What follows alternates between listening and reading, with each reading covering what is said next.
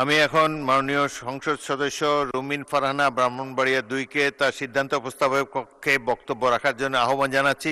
সময় 3 মিনিট। মাননীয় স্পিকার, আপনাকে ধন্যবাদ। মাননীয় স্পিকার, মেঘনা আর তিতাস পাড়ের দেশ ব্রাহ্মণবাড়িয়া, ওস্তাদ আলাউদ্দিন খাঁ কিংবা শচীন দেব বর্মনের দেশ ব্রাহ্মণবাড়িয়া, কীর্তন আর বাউল গানের দেশ ব্রাহ্মণবাড়িয়া, ছানামুখী মিষ্টির অপূর্ব স্বাদের দেশ আমার বাউনবাড়িয়া, দিগন্ত জোড়া হাওড়ের দেশ বাউনবাড়িয়া, আবার তুচ্ছ বিষয়ে ট্যাটা নিয়ে মাঠে নামার দেশও কিন্তু ব্রাহ্মণবাড়িয়া। মাননীয় স্পিকার, বাংলাদেশের শিল্প সাহিত্য সংস্কৃতির রাজধানী বলা হয় ব্রাহ্মণবাড়িয়াকে।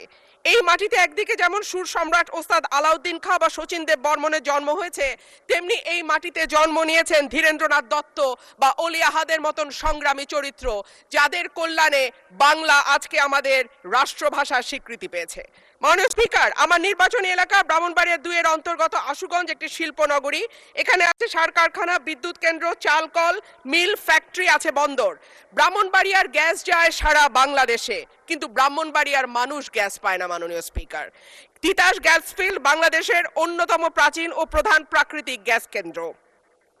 1962 সালে আবিষ্কৃত এই গ্যাস ক্ষেত্র থেকে বর্তমানে 22টি কূপের মাধ্যমে দৈনিক প্রায় 325 মিলিয়ন ঘনফুট গ্যাস জাতীয় গ্রিডে সরবরাহ করা হচ্ছে। 1991 সালে সরাইল উপজেলার সদর ইউনিয়নে গ্যাসের সংযোগ দেয়া হয়। শুরুর দিকে গ্রাহক ছিল 1000, বর্তমানে কাগজে কলমে 5000, কিন্তু অবৈধ সংযোগ যদি আমরা এর সঙ্গে যুক্ত করি তাহলে প্রায় 8 থেকে 9000। কিন্তু প্রত্যেকজন গ্রাহকই আছেন চরম গ্যাসের সংকটে। সরাইল সদরে 1.5 কিলোমিটার এলাকায় 6 ইঞ্চি এবং 1 কিলোমিটার এলাকায় 4 ইঞ্চি ব্যাসের পাইপ দিয়ে গ্যাস সঞ্চালন লাইন টানা হয়েছে। এরপরে পাড়ায় পাড়ায় 2 ইঞ্চি ব্যাসের পাইপ বসানো হয়েছে।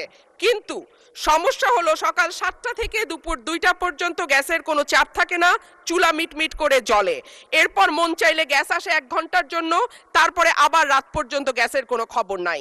দেশে গ্যাসের সংকট আছে, তার উপরে শীতকালে গ্যাসের চাহিদা আরো বাড়ে। অন্যদিকে আছে অবৈধ সংযোগ। Bakhrabad gas transmission and distribution system limited Brahmanbaria কার্যালয় থেকে জানানো হয়েছে, লোকবলের অভাব সহ নানা সংকটে তাদের তদারক করা পুরোপুরি সম্ভব হচ্ছে না। মাননীয় স্পিকার, 2016 সালে বাসাবাড়িতে গ্যাসের সংযোগ দেওয়া বন্ধ হলেও এখনো কিন্তু অসাধু কর্মকর্তাদের সাহায্যে বেশ কিছু মানুষ বাড়িতে অবৈধ গ্যাসের সংযোগ নিয়ে রেখেছে। সরকার রাজস্ব বঞ্চিত হচ্ছে এবং যাদের বাড়িতে সত্যিকারের লাইন আছে তারাও গ্যাস পাচ্ছে না। শেষমেশ মাটির চুলা, এলপিজি সিলিন্ডার আর বৈদ্যুতিক চুলা ভরসা।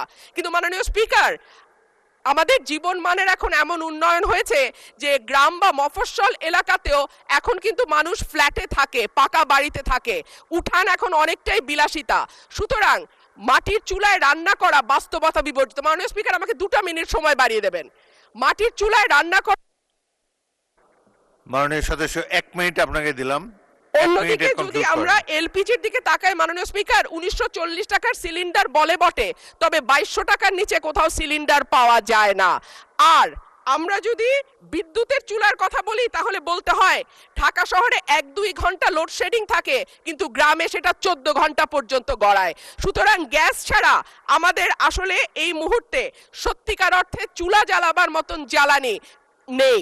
এবং ব্রাহ্মণবাড়িয়ার গ্যাস যেহেতু সকল দেশের অন্যান্য এলাকায় সকল এলাকায় যায়, সুতরাং আমার দাবি থাকবে আগে ব্রাহ্মণবাড়িয়ার গ্যাস ব্রাহ্মণবাড়িয়ার মানুষ পাবে, তারপরে এটি অন্য এলাকায় যাবে। মাননীয় স্পিকার, সম্প্রতি তিতাস গ্যাস ক্ষেত্রের 31 নম্বর একটা কূপ খনন হচ্ছে, যেখান থেকে দৈনিক 9 মিলিয়ন ঘনফুট গ্যাস পাওয়া যাবে বলে শোনা যাচ্ছে।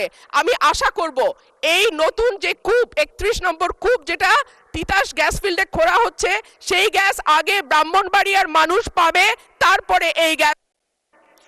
ধন্যবাদ মাননীয় সদস্য।